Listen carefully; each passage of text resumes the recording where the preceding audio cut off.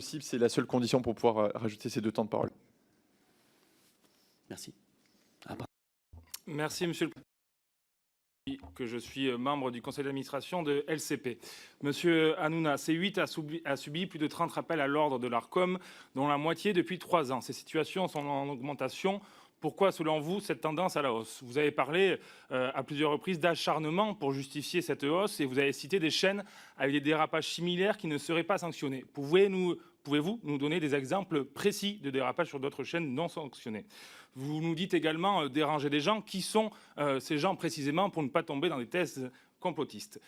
Comme vous l'avez précisé précédemment, vous êtes amené à avoir, vous invitez chroniqueurs, des réactions inadéquates et passionnées, loin de la maîtrise de l'antenne exigée par l'ARCOM. Pensez-vous alors que le format de votre émission ainsi que votre maîtrise de l'antenne permettent un traitement objectif et honnête des sujets évoqués, ainsi que le respect des droits de la vie privée et de la dignité de la personne humaine? Nous pouvons ici prendre l'exemple des différentes séquences où vous avez mis en scène délibérément la détresse de Luana Petrucciani. Votre objectif de faire la meilleure audience et l'événement dans le traitement d'une information vous amène-t-il à mettre, vous et vos équipes, de côté certains principes du journalisme comme la déontologie? D'ailleurs, quelle est votre définition de la déontologie? Enfin, en cas de non-renouvellement de l'autorisation de diffusion sur la TNT, C8 pourra toujours être diffusé en dehors de la TNT.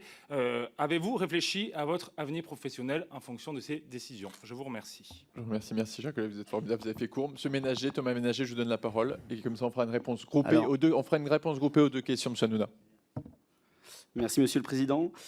Ma première question, en fait, rebondit sur ce que vous avez dit tout à l'heure, c'est-à-dire que vous semblez être critiqué parce que vous avez du succès. Est-ce que vous ne pensez pas aussi que tout ce buzz et tout ce qui nous réunit aujourd'hui et ce qui va donner lieu à une émission ce soir participe pas aussi indirectement à votre succès, au succès aussi de CNews, et indirectement tous ceux qui ont cherché à vous salir depuis plusieurs mois ne participent pas au final à votre succès? Deuxième question, pour être très rapide, on a vu aujourd'hui, et les questions qui m'ont précédé l'ont prouvé, que c'était plus peut-être un prud'homme plutôt qu'une commission d'enquête parlementaire, puisque nos collègues ont essayé de donner à nourrir un procès et à une plainte en parallèle de cette commission d'enquête. Je considère que mes collègues qui ont fait référence notamment aux claquettes ont oublié parfois certains qu'il y avait parmi eux des député qui avait mis la tête d'un ministre sur un ballon ou qui avait traité un ministre d'assassin. Mais pour finir, quand vous composez votre plateau, parce que c'était l'objectif de cette commission d'enquête, est-ce que vous veillez au pluralisme, notamment au niveau des chroniqueurs? On voit souvent Gilles Verdès, qui est proche de la France Insoumise, qui parfois fait des cascades intellectuelles et a des positions politiques qu'on ne comprend pas. Est-ce que c'est un rôle que vous lui avez défini ou est-ce que c'est vraiment ses idées? On se pose souvent la question, est-ce qu'il a une prime de risque? Est-ce qu'il est mieux payé que les autres pour pouvoir dire parfois autant de bêtises? Je vous remercie. Merci à tous les. Merci à vous. Courte aux 2 questions. Alors, réponse courte aux 2 questions. Déjà, il faut que je me rappelle de toutes les questions.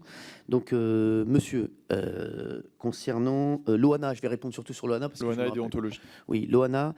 Sachez que Loana, c'est une personne que j'aide depuis des années, Loana. Et c'est elle qui m'a demandé de venir témoigner sur le plateau de ce qui lui était arrivé. Et sachez que Loana, elle m'appelle un jour. Loana, elle avait perdu toutes ses dents. C'est moi qui me suis occupé d'elle pour qu'elle puisse se remettre de ça, qu'elle puisse. C'est quelqu'un que j'aide tout le temps. C'est quelqu'un qui m'a demandé de venir sur le plateau et d'intervenir et de témoigner. Sur Loana, pour moi, vous faites de la peine à Loana justement en parlant d'elle comme ça. Et c'est Loana que vous peinez quand vous dites que Loana était maltraitée. Sachez que Loana était très heureuse de venir. Elle a même fait une vidéo derrière pour dire qu'elle ne comprenait pas ce qui se disait sur elle. Et malheureusement, Loana est en grande difficulté. Et je pense qu'au lieu d'essayer de trouver des problèmes là où il n'y en a pas, il faudrait essayer de l'aider, comme on essaie de le faire avec H2O et comme on essaie de le faire avec Banijé Productions. Voilà. Sur mon avenir, monsieur, sachez que mon avenir... Oui, mais sur la déontologie, pour moi, je vais vous dire, c'est déjà la liberté d'expression. La déontologie, déjà, c'est pouvoir recevoir tout le monde. C'est pouvoir donner la parole à tout le monde. Pour moi, la première forme de déontologie, c'est de donner la parole à tout le monde et d'écouter tout le monde et d'essayer d'être le plus diversifié possible dans ses intervenants et dans ce qui se passe dans l'émission. Après, la déontologie, pour moi, je vais vous dire, c'est d'essayer d'être le plus juste possible sur tous les sujets. Voilà, sinon je vais vous dire, essayer d'être moi-même. Moi, je pense que voilà, j'ai une certaine déontologie, je suis un professionnel, j'essaie d'être le plus juste possible dans mes émissions.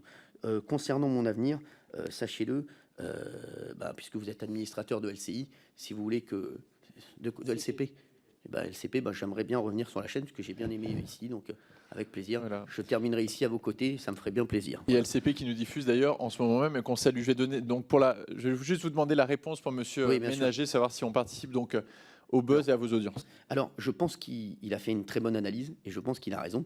Sachez que plus vous tapez sur mes émissions et plus vous trouvez des problèmes là où il n'y en a pas, et plus les gens trouvent des problèmes où il n'y en a pas, et plus les audiences sont importantes, puisque les gens se disent on va les voir, puisque tout le monde dit que c'est pas bien.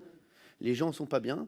On dit tiens, ils sont pas bien, donc on va les voir. Et puis les gens trouvent ça pas mal et ils se disent finalement c'est intéressant, on touche pas à mon poste, on apprend des choses, on rigole et ça nous détend le soir. Donc plus on parle de nous, plus ça nous fait une publicité incroyable. Donc merci à vous. Voilà. Bon. Et concernant Gilles Verdez, sachez-le, et c'est mon grand malheur, malheureusement Gilles Verdez pense tout ce qu'il dit. C'est le malheur de ma vie, mais malheureusement, Gilles Verdez, oui, il ne joue pas un rôle. Gilles Verdez continue pendant les pubs, Gilles Verdez continue après l'émission à avoir les mêmes idées, mais ça reste quelqu'un d'exceptionnel. Et c'est pas parce que j'ai même pas les mêmes idées que lui, c'est quelqu'un qui est, il l'a dit lui-même dans l'émission, il est très proche de la LFI concernant ses idées, mais c'est quelqu'un que j'aime profondément et c'est quelqu'un qui est indispensable à l'émission et qui est incroyable. C'est vraiment, c'est non seulement un talent, mais c'est en plus quelqu'un qui est un type extraordinaire dans la vie. Même si on peut avoir des divergences d'idées avec lui. Très bien, merci pour Gilles Verdez. Et je suis désolé de ne pas avoir pu le faire venir à cette commission d'enquête malgré sa demande, mais la plus-value au-delà de ses qualités n'était pas certaine. Je donne la parole à monsieur le rapporteur pour son ultime question.